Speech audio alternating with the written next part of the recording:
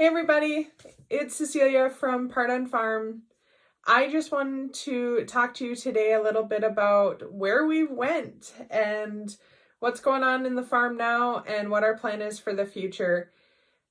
For those of you who are newer to the channel, last spring we started doing gardening tours and some training. We also have an Instagram and a Facebook that we update, and we did about 5 garden tours last summer, and then the wheel fell off the wagon and we had to take a little bit of a step back.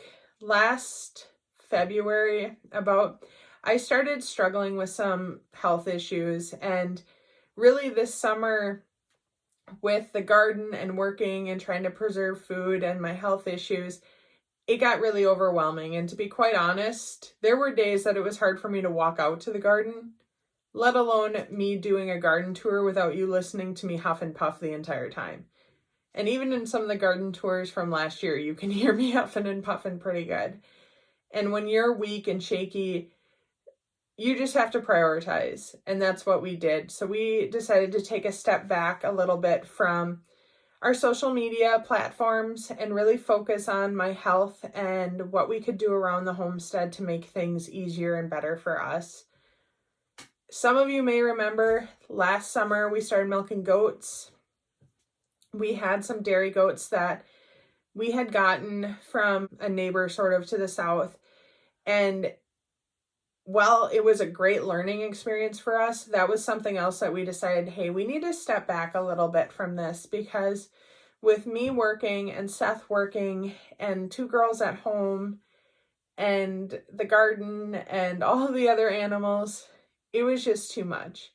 So we did get rid of the goats, and it makes me really sad because I really like the goats, but we just really needed to take a step back and prioritize our time. And especially for the goats, the breed of goat that we got, we were putting a lot of feed into them and a lot of energy and a lot of work in milking them and getting very little in return, about a cup morning and night. And for me personally, if I still have to buy milk at the store, I'm not going to milk morning and night. It's just not going to happen. So we did take a step back from the goats. We are hoping to get them again in the future, but we are definitely going to do some more research on what breed of goats we want, and maybe even the line of goats, making sure that the mom's a good milker, those types of things. So that's a little bit about what happened. So what's new? We have ducks now. They lay eggs. So that's pretty exciting. We got them gifted to us, and they're really fun to watch, and we really enjoy them on the homestead. We also have a new dog, Genesis, that I'm sure you guys will be seeing in some future videos. I am no longer working full-time, so that is really exciting. I'm not working part-time anymore. I am still seeking a master's degree, so there's a lot of schooling involved, but I do definitely have a lot more time here on the homestead. Seth, unfortunately, is still working, and he's our breadwinner. I'm blessed, honestly, to have him do that so that I can chase my dreams here on the homestead. And the girls are doing well. You'll be seeing them, I'm sure, in a few future videos. That's really, in a nutshell, what has gone on in the last 7 or so months since our last video. So let's talk a little bit about our plan moving forward. I have had a ton of people reaching out through Instagram and emails and Facebook, asking us questions, checking in on us to make sure that we're okay. And I really appreciate that. We are okay. Everything's good. We have made a new commitment this year to sharing some educational material with you guys. I really think it's important that we do that. I believe that we are called to feed people. We are called to serve one another.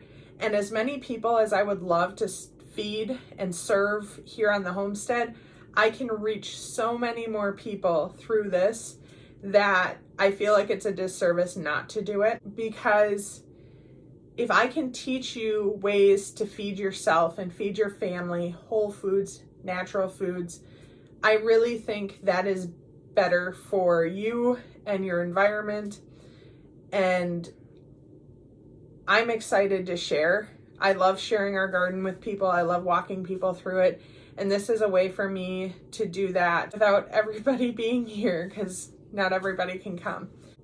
One of my big struggles is if I can't do something absolutely perfectly, or how I view it, I guess, perfectly in my mind, then I don't want to do it. And so it has been a little bit of a learning curve for me over the last 1.5 to 2 years on sometimes you just got to pick a point and start moving forward, even though you can't do it all at once. So really that's what our channel is going to be about, is here's the goals that we're trying to achieve and here's the steps that we're using to get there. We're small scale. We are not producing food for farmers markets. We're not selling produce to grocery stores. We are just looking to provide food for our family, and occasionally we give eggs and stuff away to neighbors and other extended family and stuff like that. But really, our goal is not growing this mass amount of food so we can sell it and make money. My goal is to educate other people about how you can do this at home and scale it to what size fits your lifestyle. So if you're living in town and you only have 1/2 acre to work with, what can you do? And what's most efficient for you? And if you're living, on a homestead, what can you do and what's most efficient for you? So that's really what we're looking to do in the future. We're going to post some more videos, informational videos moving forward, and try to be really consistent about that. I would appreciate more feedback from you guys on what do you want to see.